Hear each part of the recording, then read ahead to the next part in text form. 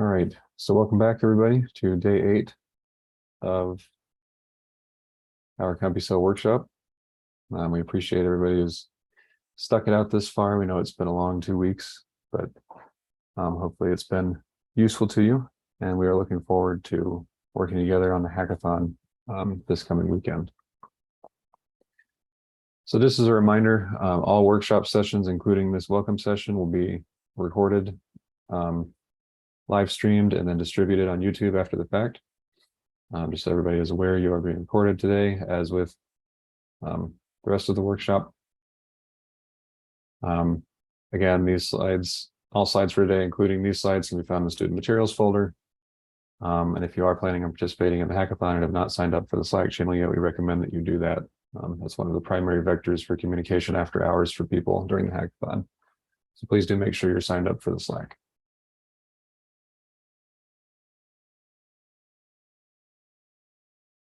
Today's schedule, we'll be talking a little bit with TJ Sego, one of the backend developers of CompuCell, about some COVID infection modeling in Module 1.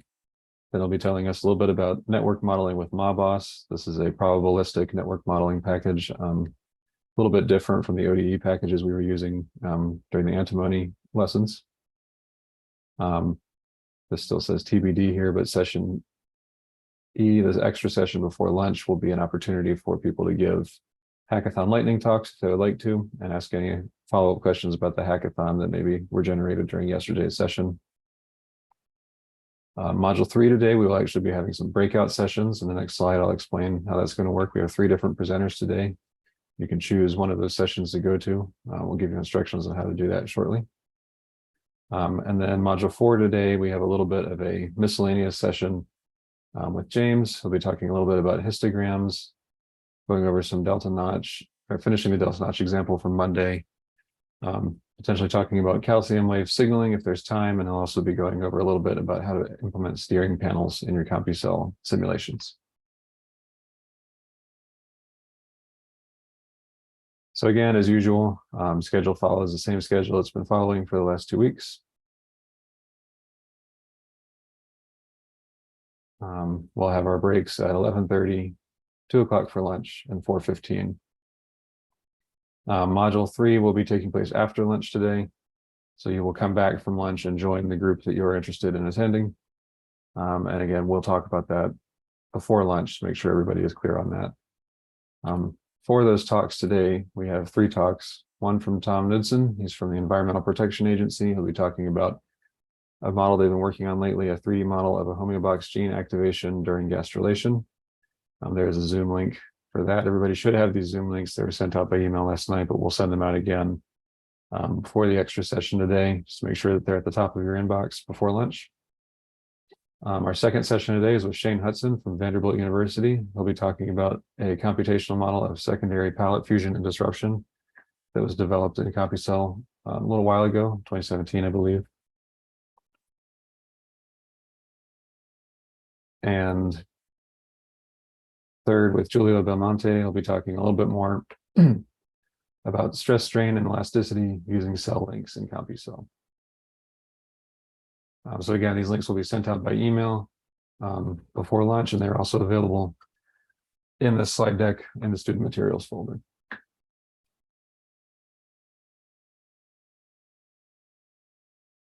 I think at this point, everybody's pretty familiar with the Zoom logistics. Do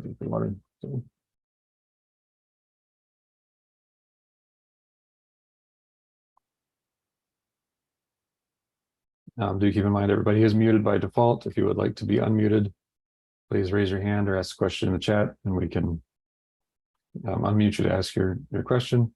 Please do put all other questions in the chat. We will try to get to them as quickly as possible today. If you're having any new technical problems with Zoom, please do let me know right away so we can try to get that resolved before it causes too many problems for you.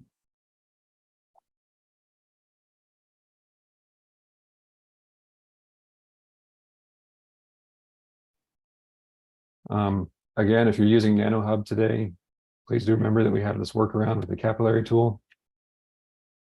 I'll put that in the chat here.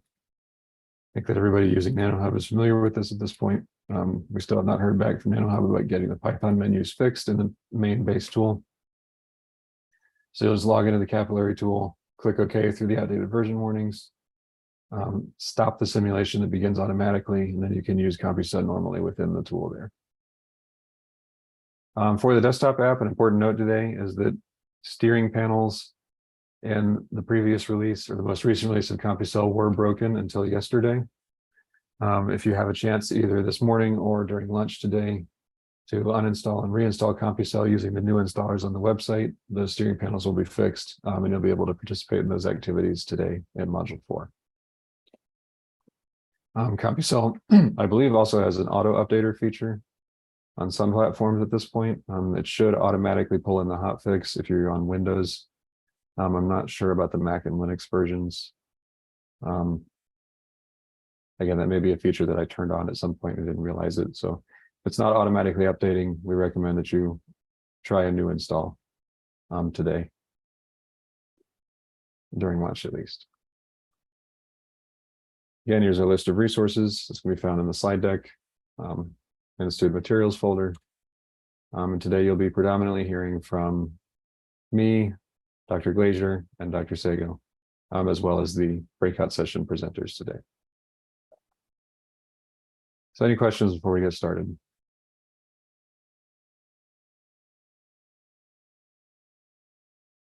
Yes, Sharon is saying that the Mac files are still dated June 18th. I'm not sure if the hotfix date just didn't get updated, or if that was only pushed to Windows, James. So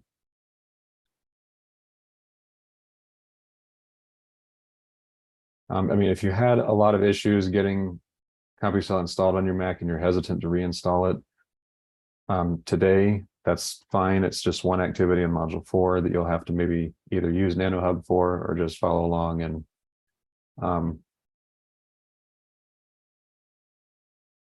on the steering panels, and we can provide a tutorial for that after the fact. And again, these recordings will be available after we're finished each session. So you can always review the material once you do have a chance to reinstall CompuSub in maybe a more safe environment. But like James said, it does definitely work on NanoHub. So if you would like to use the capillary tool, just to follow along in NanoHub during that demonstration, then that would be good. You might want to log in and make sure that your NanoHub account still works and you remember your password and everything. Just to use for that one exercise. But again, like James says, I'm not sure you'll see an update. This was pushed to the same build that we had before.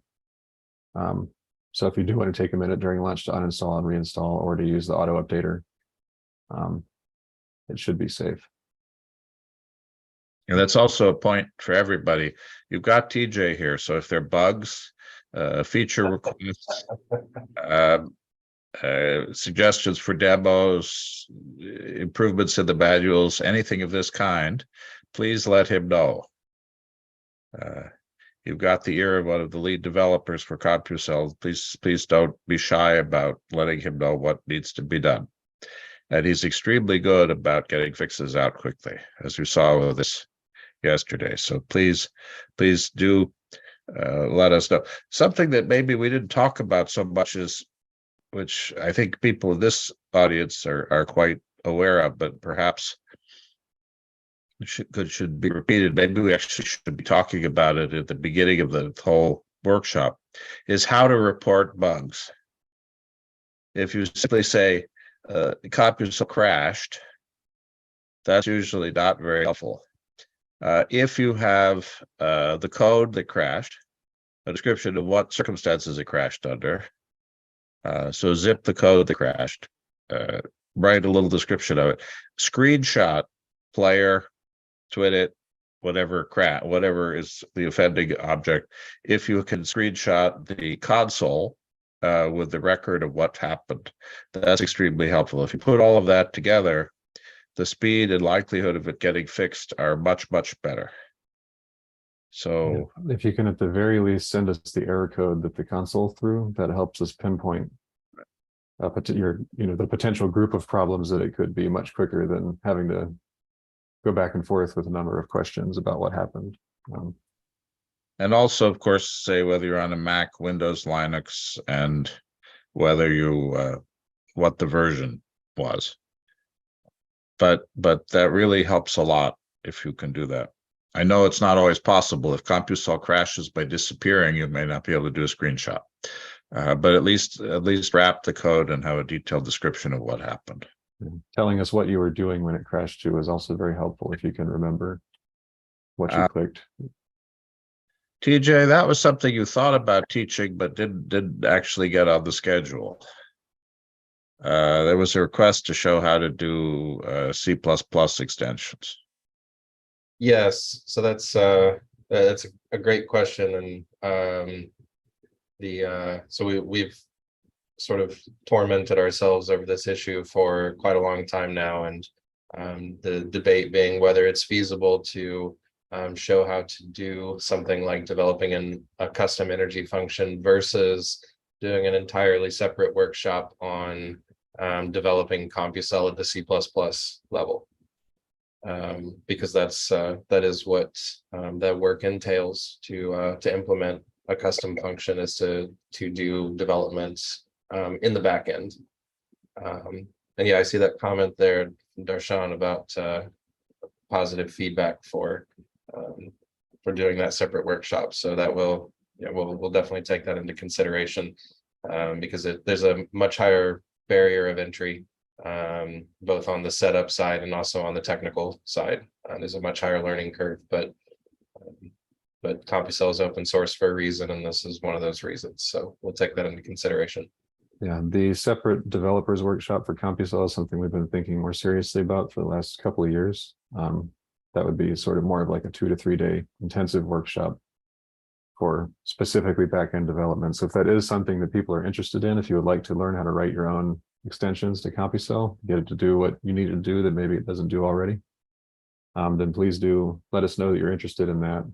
We can kind of add that to the file of growing interest in that kind of content for people, because it's like TJ said, sometimes it's a little bit much to try to work in to this workshop, because it really does take at least a day or two of just that to get people up to speed. So I wonder how many people, maybe people are still signing in. Just a show of hands, and of course there are other people who aren't here who might be interested potentially. How many people would be interested just in sort of a 1 hour, 1.5 hour walkthrough? If, for example, TJ were to show you to open, for example, a energy function in C++ and just walk you through what's in it, or show you the twit C++ commands, or another thing that might be possible would be to show a little bit about how you could add pages to the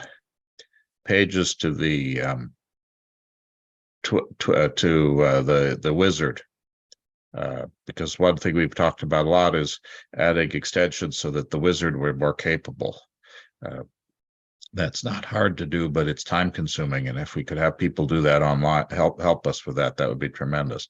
Well, TJ, I don't know what you're doing tomorrow, but it looks like there are a lot of people, even if it didn't have slides, just walking them through using that. I think you'd have a good audience. Duly noted. So why don't we see if we could twist TJ's arms tomorrow to give us an hour and a half of his time tomorrow. Or if you want to this afternoon, I could give up my slot easily if you'd rather do that. So I think there's a lot of interest in this. Yeah, that one I know for sure I can't do.